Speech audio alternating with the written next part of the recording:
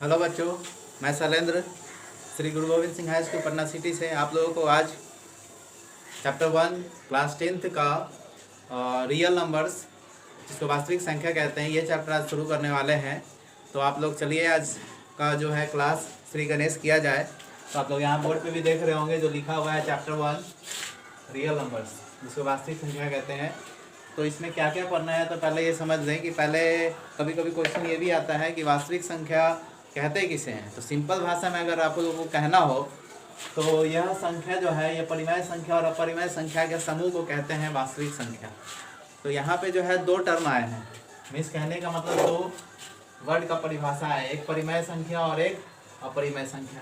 तो थोड़ा ध्यान दें, वास्तविक संख्या पता ही है जिसको रियल नंबर कहते हैं इंग्लिश में, तो ये रियल नंबर्स हुआ। तो इसी चीज़ को, इसी स्टेटमेंट को समझाने के लिए हम यहाँ पे लिखे हैं real numbers equal to rational number और plus irrational numbers. Means rational number means ये क्या हुआ, ये परिमेय संख्या, और अपरिमेय संख्या जिसको इरेशनल नंबर कहते हैं। तो कहने का मतलब ये हुआ कि परिमेय संख्या कहते किसे हैं। तो परिमेय संख्या का डिफिनेशन है बहुत सारे, मगर जिसमें हम एक जो है नॉर्मल डिफिनेशन बता रहे हैं जो आप लोगों को इस चैप्टर के अंत में भी इस टॉपिक को पढ़ना है, और उसी आधार पर जो है एक परिभाषा बता रहे हैं। तो समझिए यहाँ पे, तो जिस संख्या का दशमलव प्रसार शांत हो या अशांत आवर्ती हो इसे कहेंगे क्या, परिमेय संख्या। और जिसका दशमलव प्रसार ना तो शांत हो और ना ही अशांत हो, आवर्ती हो, उसे कहते हैं अपरिमेय संख्या। तो ये बोलने से तो पता चल गया होगा आप लोगों को, मगर शांत और अशांत इसमें आया ये वर्ड। तो शांत किसे कहते हैं, अशांत आवर्ती किसे कहते हैं। तो दशमलव जो प्रसार होते हैं उसको जो है दो भागों में बांट दिया जाता है दशमलव प्रसार को। तो एक जो होता है शांत होता है, मीन्स वो एक डेसिमल का वैल्यू जो होगा कहीं ना कहीं वो आकर लास्ट में रुक जाएगा, स्टॉप हो जाएगा। एक अशांत आवर्ती होता है जो डेसिमल के बाद वो जाता भी रहेगा और रिपीट करेगा, मतलब एक नहीं वो रिपीट करेगा। जैसे यहाँ पे उदाहरण देखें तो परिमेय संख्या जिसके बारे में हम यहाँ पे बता रहे थे, जैसे 1.412 क्या है, यहाँ पे ये स्टॉप हो गया। आप देख रहे हैं कि इसके आगे कुछ नहीं है, तो ये क्या हो गया, ये शांत हो गया,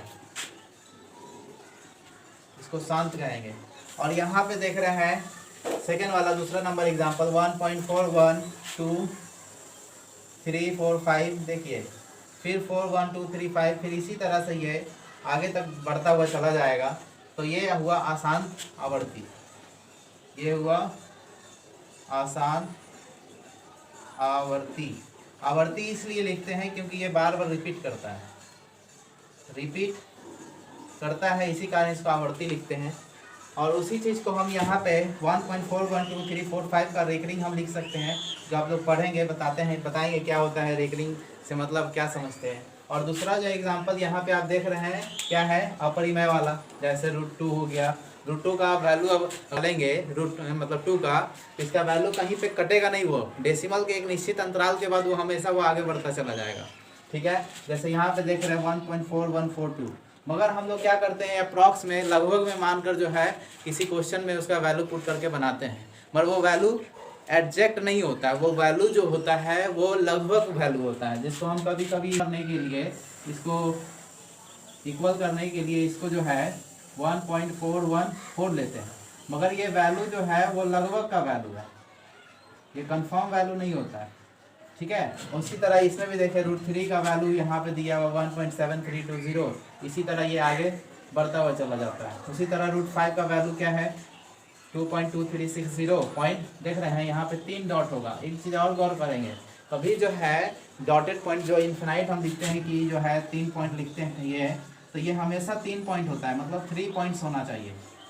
ये रूल है, ये रूल है। जब पढ़ेंगे आगे पढ़ेंगे तो आगे नीचे क्लास में पढ़ेंगे तो आपको पता चलेगा कि 3 पॉइंट्स क्यों होते हैं, इस तरह से दिया जाता है, इसका नियम है। उसी तरह अगला एग्जांपल देखे जाए, चौथा एग्जांपल जिसको √6 का वैल्यू है, तो √6 का वैल्यू जो है देख लें कितना है 2.4494 समथिंग, इस तरह से वो आगे बढ़ता जा रहा है। मतलब ये वैल्यू हुआ, ये हमेशा आगे की ओर बढ़ता हुआ जा रहा है। इसी का मतलब ये हुआ क्या, ना तो देख रहे हैं, इसका मतलब क्या हुआ, अशांत आवर्ती हुआ। समझ में आ गया कि परिमेय किसे कहेंगे और अपरिमेय किसे कहेंगे, ठीक है। तो अब आप लोग जो है इस चैप्टर में जो है क्या पढ़ना है ये आपको हम बताएंगे। तो बच्चों ध्यान दें, यहाँ पे जो है आप जो है शुरू कर रहे हैं चैप्टर। तो सबसे पहले इस अध्याय में हम लोग पढ़ेंगे क्या, तो इस अध्याय में हम लोग धनात्मक पूर्णांक, जिसको प्राकृतिक संख्या भी कह सकते हैं, पूर्णांक के बारे में हम बताएंगे। पहले समझ ले धनात्मक पूर्णांक के दो महत्व गुण मीन्स कहने का मतलब दो सम प्रॉपर्टीज है इसका, टू प्रॉपर्टीज ऑफ इंटीजर है। इसमें पहला गुण आपका यहाँ पे लिखा हुआ है, दूसरा गुण यहाँ पे है। तो पहला गुण में ध्यान देंगे यूक्लिड विभाजन एल्गोरिथम है, जिसको इंग्लिश में यूक्लिड्स डिवीजन एल्गोरिथम कहते हैं। और सेकेंड जो प्रॉपर्टी है ये आपका जो है अंक गणित की आधारभूत प्रमेय, जिसमें इंग्लिश में फंडामेंटल थ्योरम ऑफ अर्थमेटिक कहा जाता है। तो इसी दो गुण से संबंधित जो है फिलहाल अभी जो है ये बताएंगे हम। तो चलिए सबसे पहला पॉइंट जो है, पहला गुण जो है यूक्लिड विभाजन एल्गोरिथम के बारे में शुरू करेंगे। तो बच्चों ध्यान दें आप, ये अभी जो हम परिभाषा बता रहे थे उस परिभाषा में पूर्णांक जो है शब्द आया था। तो पूर्णांक को समझे पहले क्या होता है। तो पूर्णांक जिसको हम इंग्लिश में इंटीजर भी कहते हैं, ठीक है। तो यहाँ पे आप देख रहे हैं कि एक लाइन है, रेखा बना हुआ है, जिसको हम सरल रेखा पे जो है ड्रॉ किए हुए हैं पॉइंट। तो ये जो है वो जीरो है, जिसको शून्य भी कहा जाता है, ठीक है। और शून्य के जब इस तरफ जा रहे हैं तो देख रहे हैं वो पॉजिटिव है, और इस तरफ जब जा रहे हैं तो वो निगेटिव है। और थोड़ा ध्यान दें तो 1 से जो स्टार्ट होता है ये इन्फिनिटी की तरफ जो जाएगा इसको क्या कहते हैं, प्राकृतिक संख्या। प्राकृतिक संख्या कहते हैं, इसको हम इंग्लिश में अगर कहा जाए तो नेचुरल नंबर कहते हैं, नेचुरल नंबर। काउंटिंग नंबर भी इसे कहा जाता है, आप लोग ध्यान देंगे, काउंटिंग नंबर्स, ठीक है। और अगर इधर ध्यान दें जो इन्फिनिटी तक जाएगा तो रहेगा वही चीज़, ये धनात्मक हो गया मीन्स क्योंकि ये पॉजिटिव है तो ये क्या हो गया, इस तरफ जो है ये धनात्मक हो गया, और इस तरफ आ गया तो वो क्या हो जाएगा, ऋणात्मक हो गया। तो फर्क कुछ नहीं है, फर्क यही है कि ये ऋणात्मक प्राकृतिक संख्या हो गया,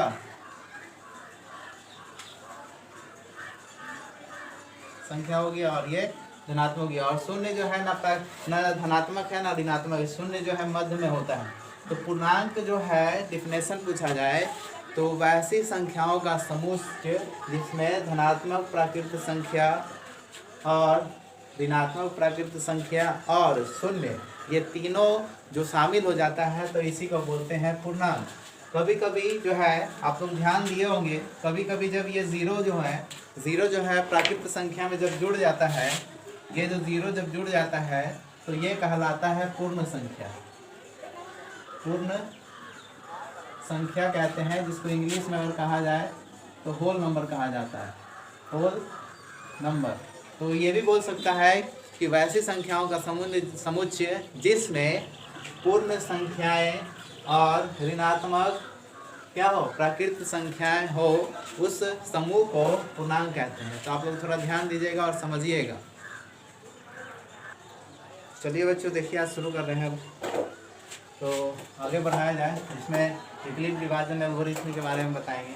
तो पहला आपको टॉपिक बताए थे, तो यह जो है क्या, ये है क्या है, तो यह पूर्णांकों की विभाज्यता से संबंधित है। कहने का मतलब ये हुआ कि जो पूर्णांक है इसमें विभाजन किया जाता है, मतलब भाग से संबंधित एक विधि हुआ, जिसके अनुसार है, अनुसार मीन्स किनके अनुसार, तो ये एल्गोरिथम एक साइंटिस्ट मतलब गणितज्ञ थे उन्हीं के अनुसार है। तो एल्गोरिथम के अनुसार प्रत्येक या एक, दोनों में से कुछ भी बोल सकते हैं आप, धनात्मक पूर्णांक, यहाँ पे ध्यान दें ये पॉजिटिव है, जो एन मिस होता है जो बताए थे नेचुरल नंबर। तो फिर से ध्यान से सुना, प्रत्येक या एक धनात्मक पूर्णांक ए को किसी अन्य धनात्मक पूर्णांक बी से इस प्रकार विभाजित किया जाता है कि भागफल क्यू, भागफल जो है क्यू तथा शेषफल आर प्राप्त हो, जिसका मान मतलब आर का मान शून्य मतलब 0 के बराबर या 0 से बड़ा किंतु बी से छोटा या कम होगा। यही जो है एक एल्गोरिथम विभाजन एल्गोरिथम है। तो इसे जो है आगे अब देखिए एग्जाम्पल में कैसे समझाते हैं हम।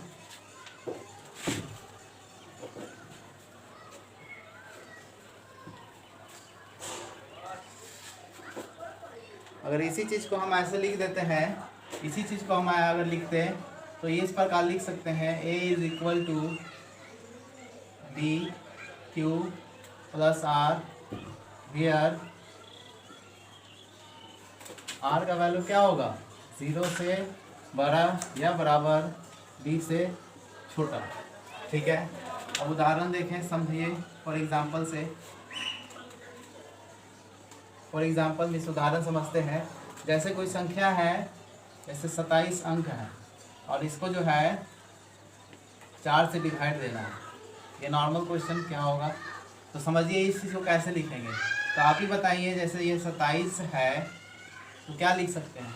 अगर 4 से गुना करेंगे तो 4 गुना 6 हो जाएगा और प्लस 3 हो जाएगा। क्या इस तरह से लिखते हैं।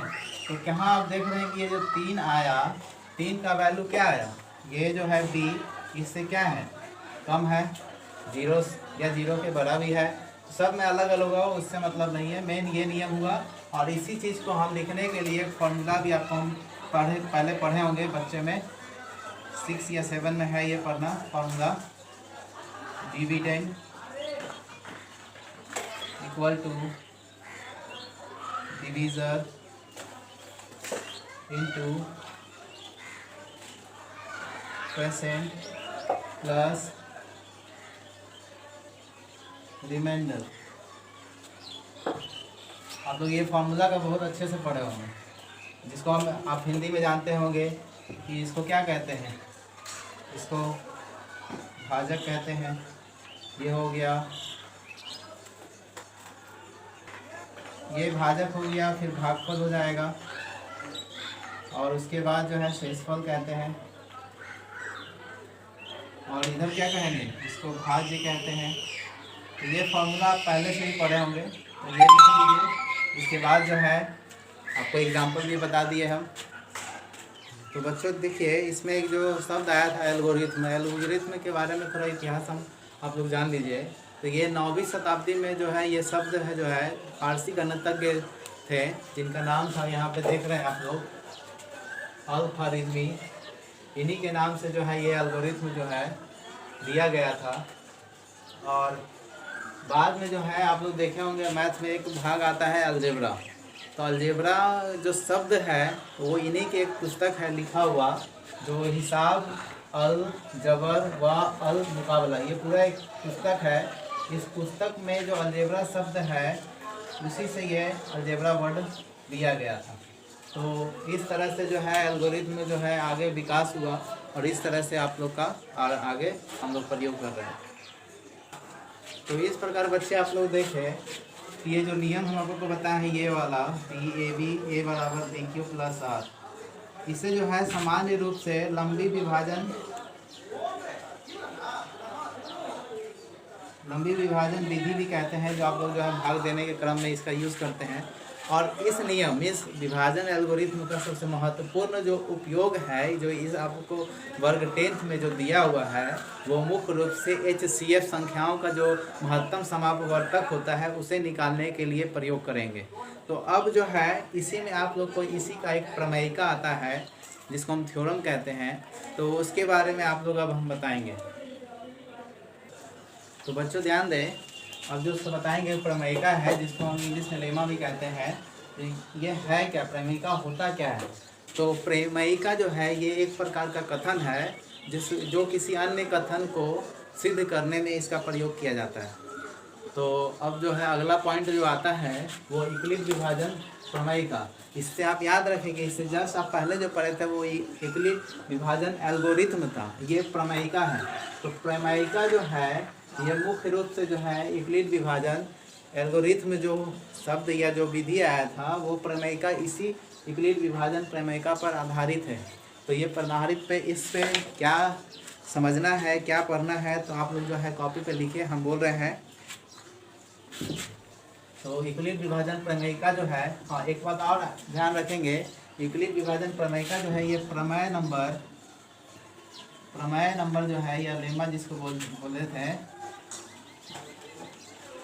ये नंबर जो है ये 1.1 है, मतलब ये नंबर है 1.1। तो इसके परिभाषा जो है इसके अनुसार क्या कथन है, ये कथन को आप लोग लिखे कि जब a और b दो धनात्मक पूर्णांक हो, मीन्स a और b दो धनात्मक पूर्णांक दिए रहने पर एक ऐसी अद्वितीय अऋणात्मक पूर्णांक q और r प्राप्त होती है जिसे a is equal to D Q plus R और आर 0 से बड़ा या इक्वल और b से छोटा, ये कहते हैं। यही एक ये कथन है जहाँ पे आप लोगों को पूछा जाएगा कि यूक्लिड विभाजन प्रमेय का क्या है, तो जो आप लोग को हम अभी बताएं बस उतना लिख दीजिए और एक एग्जाम्पल दे दें। जो आपको हम एग्जाम्पल बता भी दिए हैं, एग्जाम्पल दे दें, बस ये कथन समाप्त हो जाएगी। अर्थात यह जो प्रमेयिका है, आप लोग हम शुरू में बताए थे कि ये जो प्रमेयिका है, इसी प्रमेयिका पर जो है यूक्लिड विभाजन एल्गोरिथम क्या आधारित है। और मुख्य रूप से हम आप लोग को बताया है कि इसमें जो दिए गए संख्याएं होते हैं उसकी महत्तम समापवर्तक निकालने के लिए प्रयोग किया जाता है। तो यही था यूक्लिड विभाजन प्रमेय का। अब जो है दूसरा गुण जो बताए थे अंक गणित का आधारभूत प्रमेय, उसके बारे में बताएंगे। तो बच्चों ध्यान दें, अब जो है दूसरा गुण जो आप लोग बताए थे, जो सेकंड प्रॉपर्टी था, ये बता रहे हैं। और इसे जो है प्रमेय नंबर 1.2 कहेंगे, क्योंकि वो प्रमेय 1.1 था जो हम इससे पहले बताएं। तो ये है क्या, अंक गणित का आधारभूत प्रमेय। तो आप लोग को हम पहले भी दिखाए थे। तो ये है क्या, तो यह प्रमेय जो है धनात्मक जो संख्याएं होते हैं, जो धनात्मक पूर्णांक होते हैं, उनके गुणन से संबंधित है। अर्थात आप लोग लिखेंगे भी, ध्यान दें, खाली सुनेंगे नहीं और लिखेंगे भी पहले। अर्थात इसमें प्रत्येक भाज्य संख्या को अभाज्य संख्याओं, तो बच्चों ध्यान दें, इसका जो है क्या अर्थ निकलता है ये आप लिख लें, जो हम लोग को बता रहे थे कि ये अर्थात क्या होगा। तो अर्थात इसमें प्रत्येक भाज्य संख्या मीन्स क्या होगा, कंपोजिट नंबर। क्या होता है भाज्य संख्या, अभाज्य संख्या, ये आप लोग को हम बताएंगे, पहले ही समझ लें। तो इसमें प्रत्येक भाज्य संख्या को अभाज्य संख्याओं के गुणनफल के रूप में, अद्वितीय रूप में व्यक्त किया जाता है। यहाँ पे कुछ जो है शब्द आया है, जैसे भाज्य संख्या किसे कहेंगे, अभाज्य संख्या किसे कहेंगे, अद्वितीय किसे कहते हैं। तो ये सब चीज़ आप लोग को हम समझा देते हैं। तो ये आप लोग ध्यान से लिख लें और इसके बारे में हम आपको बताएंगे कि कौन क्या होता है। तो बच्चों ध्यान दें, भाज्य संख्या किसे कहते हैं, जिसको इंग्लिश में कंपोजिट नंबर कहते हैं। तो भाज्य संख्या किसे कहते हैं, थोड़ा देखिए। जैसे ये 4 है, तो 4 का अगर गुणनखंड करेंगे, जिसको हम फैक्टर कहते हैं, तो क्या लिख सकते हैं, 1 × 2 × 2, ये हो गया। तो यहाँ पे आप देख रहे हैं कि 4 जो है किस किस अंक से जो है विभाजन हो सकता है, 1 से, 2 से और खुद 4 से भी हो रहा है। तो कहने का मतलब 4 का जो गुणनखंड हुआ, 1 हुआ, 2 हुआ, 4 हुआ, ये 3 हो गया। तो जब गुणनखंड स्वयं और 1 के अलावा तीसरा और कोई संख्या अगर आ गया, तो वह संख्या भाज्य संख्या कहलाएगा। ठीक है। अगला जो है अभाज्य संख्या देखें। जैसे मान के चले अगर 7 है, तो 7 को अगर गुणनखंड करेंगे तो 1 × 7। तो यहाँ पे देख रहे हैं कि ये जो 7 है वो 1 से विभाजन हो सकता है, 7 से, ये दोनों से क्या होगा, विभाज्य होगा। तो ये ध्यान रखें, जब कोई संख्या स्वयं और 1 से जब विभाजित हो और इसके अलावा और कोई दूसरी संख्या नहीं होनी चाहिए, तब वो संख्या अभाज्य संख्या कहते हैं। ठीक है, जिसको हम इंग्लिश में क्या कहते हैं, प्राइम नंबर। अब अगला जो है अद्वितीय बताए थे, अद्वितीय रूप क्या होता है। तो यहाँ पे थोड़ा ध्यान देंगे, समझिए। जैसे मान के चलिए 5 है, तो अद्वितीय रूप 5 का अगर इसका अभाज्य गुणनखंड करेंगे तो वो क्या हो सकता है, 1 × 5। उसी तरह दूसरा अगर 7 है तो वो क्या हो जाएगा, 1 × 7। उसके बाद अगर ले लेते हैं 6 ले लेते हैं, तो क्या लिख सकते हैं, 1 × 2 × 3। तो कहने का मतलब आप लोग देख रहे होंगे कि 5 में, 7 में, 6 में सबका अपना जो रूप है, मतलब इसका रूप, इसका रूप, इसका रूप एक दूसरे से मिलता हुआ नहीं है, मतलब सबका अपना अपना पहचान है इसका। तो इसी को बोलते हैं अद्वितीय। मीन्स कहने का मतलब एक दूसरे का गुण हमेशा दोनों का अलग होगा, इसी को बोलते हैं अद्वितीय रूप। जैसे कोई इंसान, इस पृथ्वी पर है तो उसके जैसा शायद ही 100% वो मिलेगा। इसका मतलब क्या हुआ, वो अद्वितीय है, उसके जैसा और कोई नहीं है। तो इस प्रकार से ये वो आप जो बता रहे थे अंकगणित का आधारभूत प्रमेय ये खत्म हुआ। इसका और प्रयोग कहाँ कहाँ होता है वो अब बताएंगे। तो बच्चों ध्यान दें, जो आपको बता रहे थे इसका अंकगणित का आधारभूत प्रमेय नंबर 1.2 का, इसका मुख्य रूप से अनुप्रयोग मुख्यतः दो क्षेत्रों में या दो तरह से किया जाता है, जो हम लोग को क्लास 10th में ही पढ़ना है। तो पहला देखिए, जो आप लोग अगर ध्यान दिए होंगे तो किसी संख्या जो होती है, खासकर वो अपरिमेय संख्या, तो जैसे √2, √3, √5, इसी तरह और भी अपरिमेय संख्या होते हैं, उसको सिद्ध करने के लिए और बोर्ड एग्जाम में अक्सर ये क्वेश्चन आता है कि √2 जो है इसे अपरिमेय संख्या, इसे सिद्ध करें। तो ये लॉन्ग में भी आता है और शॉर्ट में भी आता है, तो आप लोग ध्यान से देखिएगा और समझते चलिएगा। और दूसरा जो क्षेत्र है, किसी संख्या में इसी चैप्टर में पढ़ना है ये,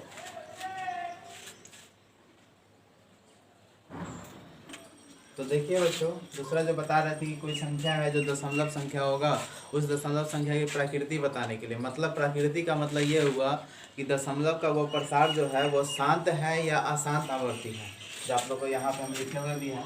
तो मुख्य रूप से इसका प्रयोग यही है।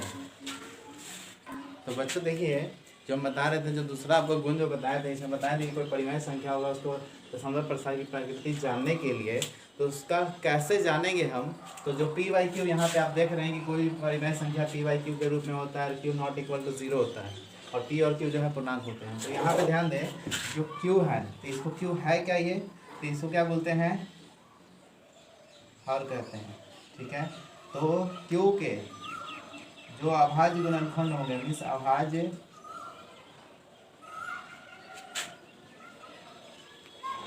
गुणनखंड होंगे, उसी से पता चला जाएगा। जैसे कोई भी संख्या है उसका अभाज्य गुणनखंड जो हर होता है, उसका गुणनखंड करेंगे तो पता चलेगा कि वो दशमलव प्रसार शांत होगा या अशांत होगा। तो बच्चों जो है आप लोग का प्रमेय 1.1 और 1.2 दोनों से क्या जानकारी मिलता है और कहाँ कहाँ प्रयोग किया जाता है उसके बारे में बता दिए हैं। अब कुछ पॉइंट्स हैं जो आप एक परिभाषा जिसको हम बताएंगे तो वो नोट करके आप लोग लिख लें। तो सबसे पहला जो हम बताने वाले हैं वो महत्तम समावर्तक, जिसको हम इस इंग्लिश में HCF कहते हैं और जिसको हाईएस्ट कॉमन फैक्टर कहा जाता है। तो इसका अर्थ होता क्या है, तो लिखें बच्चों, दो धनात्मक पूर्णांकों A और B का HCF वह सबसे बड़ा पूर्णांक है, वह सबसे बड़ा पूर्णांक है जो A और B को दोनों को पूर्णतः विभाजित करता है।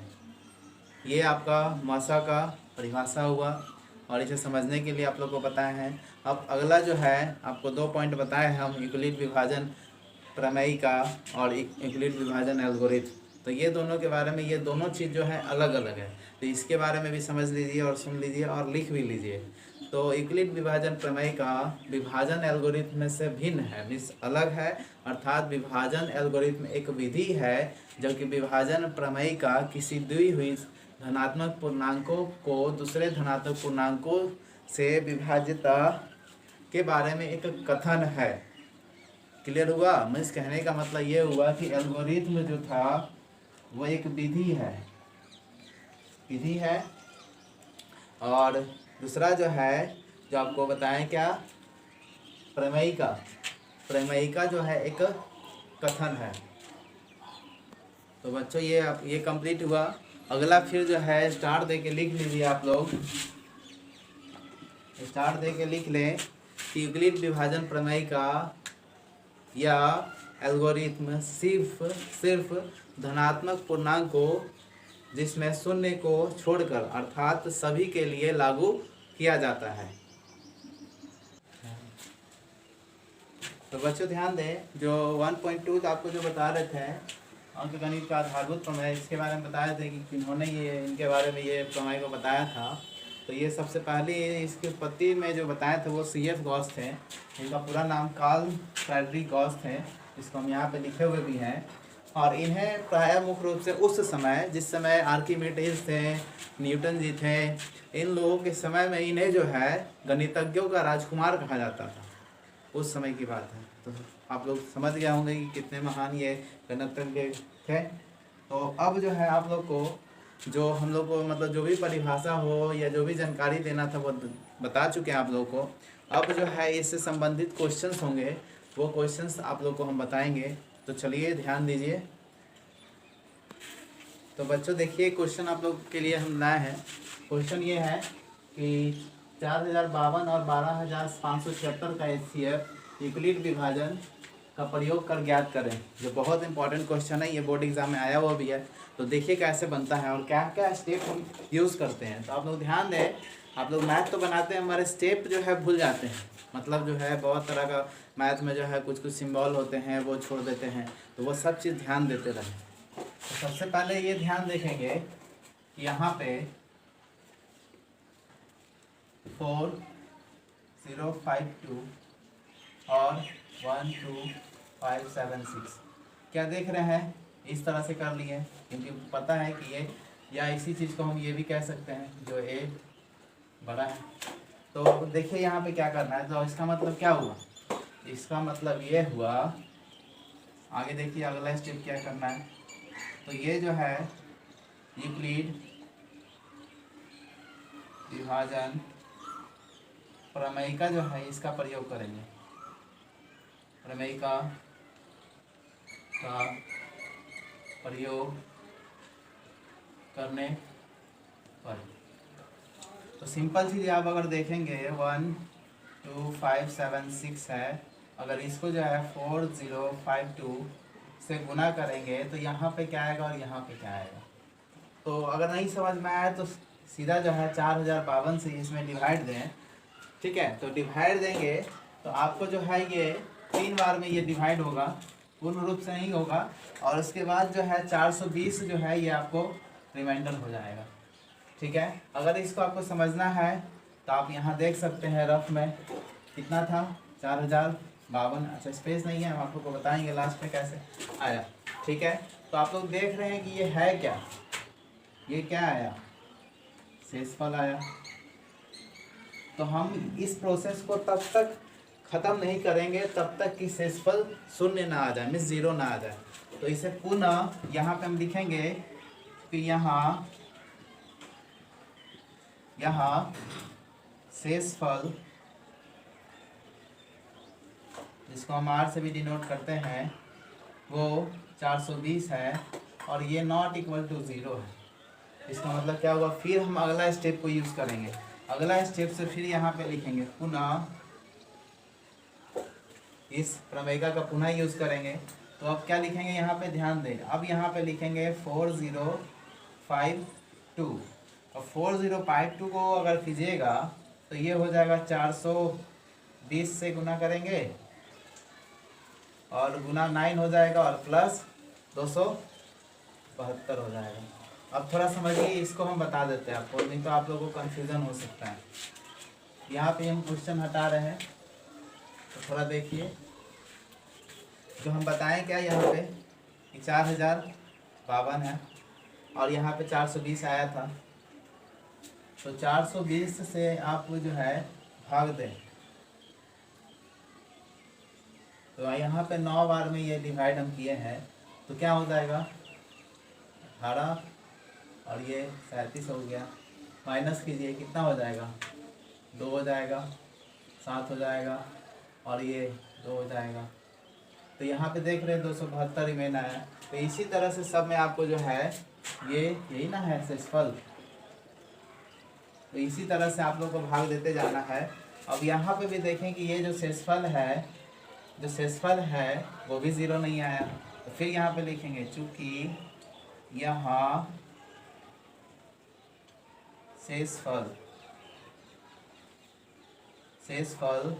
आर इक्वल टू कितना, 272, जो कि नॉट इक्वल टू 0। इसी कारण क्या करेंगे, फिर ये स्टेप को आगे हम बढ़ाएंगे।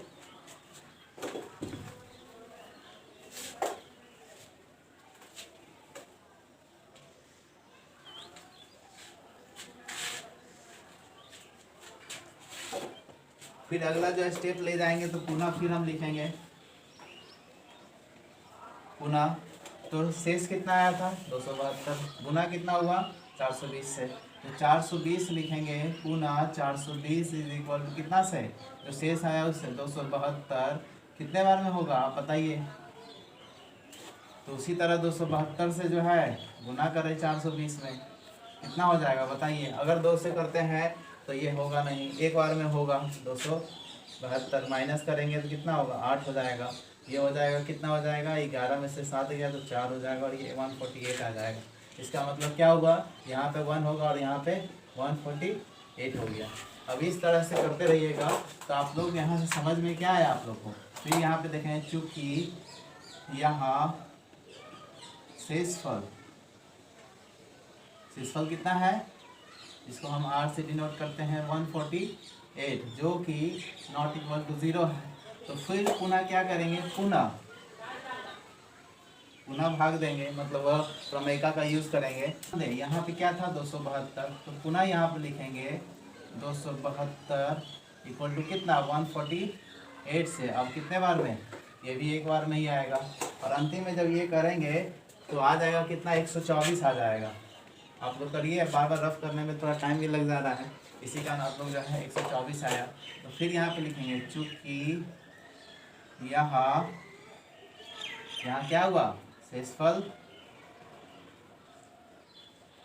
जो है r कितना आया 124, जो कि नॉट इक्वल टू 0 है। तो पुनः ये यूज करेंगे, पुनः आपको अगर समझ में आ रहा है तो पुनः के बाद आप ये लिख सकते हैं, पुनः यूक्लिड विभाजन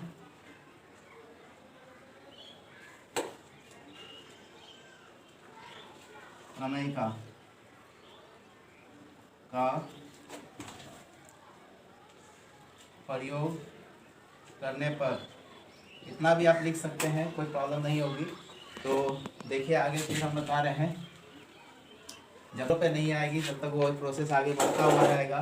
तो यहाँ पे जो है आया क्या 148, तो फिर लिखेंगे 148 इक्वल टू कितना आया था शेषफल 124, फिर यहाँ पे कितना रखेंगे 1 रखेंगे, उसके बाद क्या आएगा 24 आ जाएगा। तो आप लोग फिर देख रहे हैं कि यहाँ शेषफल नहीं आया, तो फिर पुनः यूज़ करेंगे, क्योंकि यहाँ पे लिखेंगे शेषफल, क्योंकि यहाँ पे लिखेंगे यहाँ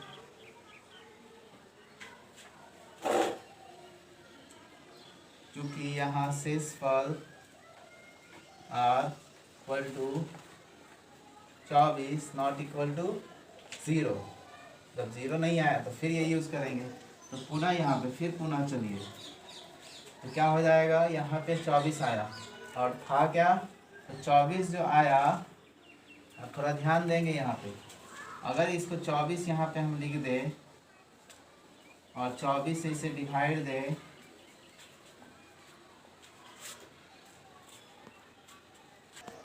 तो बच्चे देखिए 124 जो आया, तो 24 गुना कितना होगा 5 करेंगे, 24 गुना 5 करेंगे तो आ जाएगा 120 और फिर रह जाएगा 4। तो यहाँ पे देख रहे हैं फिर यहाँ पे शेषफल क्या आया, 0 नहीं आया है। तो इसी तरह का ये प्रोसेस आगे चलता रहेगा और इसी तरह से क्वेश्चन बनेगा। तो फिर यहाँ पे देख रहे हैं कि यहाँ शेषफल क्या है 0 नहीं है, तो यहाँ पे लिखेंगे यहाँ चूँकि यहाँ शेषफल 4 आया जो कि नॉट इक्वल टू 0, तो फिर यहाँ पे पुनः जो है उस प्रमेयिका जो था उसका यूज करेंगे। देखिए अब यहाँ पे आया हुआ है 24, तो 24 को आप लोग तो ध्यान दे सकते हैं कैसे लिखेंगे, अगर 4 से डिवाइड देना है तो 4 गुना 6 और प्लस 0। अब यहाँ पे देखिए ध्यान दें, यहाँ पे जो शेषफल है वो क्या हो गया, तो यहाँ पे देखेंगे चूँकि यहाँ शेषफल इक्वल टू 0 आया, अर्थात यहाँ पे क्या करेंगे, अब इस प्रोसेस को हम, और यहीं पे हम लोग बोलेंगे अतः क्या था, शुरू का संख्या क्या था आपका 420, शुरू का संख्या था, अतः 12,576 तथा 52 का HCF अंतिम जो भाजक हुआ, मतलब अंतिम जिससे हम संख्या से भाग दिए वही आंसर होगा। तो कितना से भाग दिए? 4 से। तो अतः 12,756 तथा 4,052 का HCF 4 होगा और यही आपका आंसर हुआ। तो इस प्रकार आप देखें कि ये स्टेप्स का जो है यूज़ करने के समय में जो है आप लोग देखे होंगे कि इस तरह से हम यूज़ किए हैं। तो आप लोग भी जो है बोर्ड एग्ज़ाम के लिए तैयारी के लिए आप स्टेप बाय स्टेप यूज़ करें। और ये जो क्वेश्चन दिए थे ये आप लोग को एग्जाम्पल NCERT की बुक में भी मिलेगा। तो आप लोग इसलिए हम ये क्वेश्चन आप लोग को बताएं ताकि ये चीज़ स्टेप यहाँ पे भी देख ले और आपका रिवीजन किताब से भी हो जाएगा, ताकि आप दोनों तरह से अच्छे से समझ लेंगे। और इस प्रकार ये टॉपिक ख़त्म हुआ आज का। तो आप अब अगले जो वीडियो में हम डालेंगे तो बहुत सारा क्वेश्चंस है, वो क्वेश्चंस को जो है हम आपको बताएंगे कि कैसे बनाया जाता है। तो प्लीज़ इस चैनल को स्टडी विद शैलेंद्र जो चैनल है उसे जो है सब्सक्राइब करें, लाइक करें, शेयर करें और ध्यान से देखें और पढ़ें। धन्यवाद। Thanks for watching.